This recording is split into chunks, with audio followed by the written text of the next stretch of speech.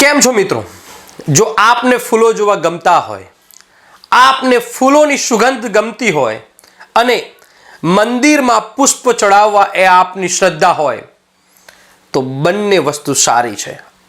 આપને ગમવું અને આપની શ્રદ્ધા, પરંતુ દરેક ફૂલો આપના માટે સારા નથી.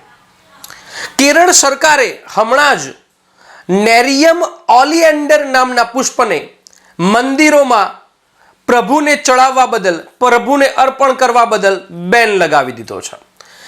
જે ફૂલ ગુજરાતમાં કરણ તરીકે ઓળખાય છે, કરણ, કેરણ આવા પુષ્પ તરીકે ઓળખાય છે.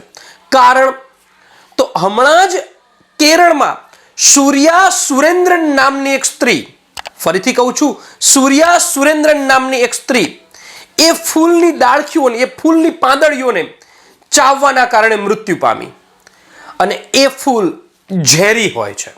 મિત્રો, એ ફૂલના જડમાંથી, એ ફૂલના મૂળાળામાંથી કેટલીક ઔષધીય દવાઓ ચોક્કસ બને છે.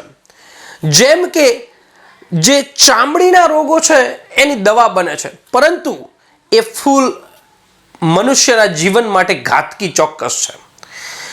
એ ફૂલને સુગંધથી, એ ફૂલની રજથી મનુષ્યને શ્વાસની તકલીફ, હૃદયની તકલીફ वगैरह तकलीफों थती હોય એવું केरल सरकार ने जણાવ્યું. आज की वीडियो में हम लोग बात करेंगे ओरिएंडर फूलों के बारे नम्र में. विनंती दरअसल केरल में ओरिएंडर फूलों के पत्ते चबाने के कारण एक महिला की मृत्यु हो जाने से એટલે કે ગુજરાતીમાં કહીએ તો કરણનું ફૂલ હોય તો એનાથી દૂર રહેવું યથાવહ છે, યથા યોગ્ય છે. इस फूल का नाम नेरियम ओरिएंडर है. ફૂલનો ઉપયોગ ક્યારેક ક્યારેક रोजबे के नाम से जाना जाता है. સ્વેચ્છા મૃત્યુ તરીકે પણ થતો હોવાનું અનુમાન છે.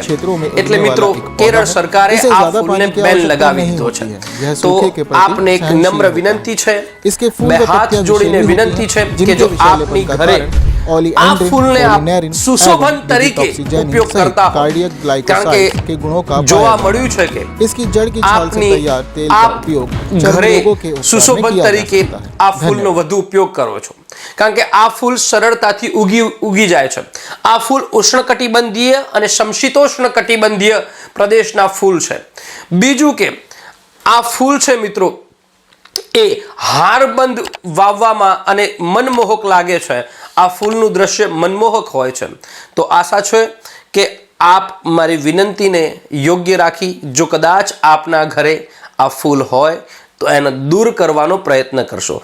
જ્યારે આ ફૂલને સળગાવવામાં આવે છે તો એની વાસ્પ એ શ્વાસ માટે પણ ઘાતક થાય છે એવું સાબિત થયું છે. એટલા માટે જ કેરળ સરકારે આ ફૂલ પર બેન લગાવી દીધો છે, અને એ ફૂલ છે નેરિયમ ઓલિએન્ડર. તો મળીએ છીએ બીજી આવી માહિતી સાથે. બાય.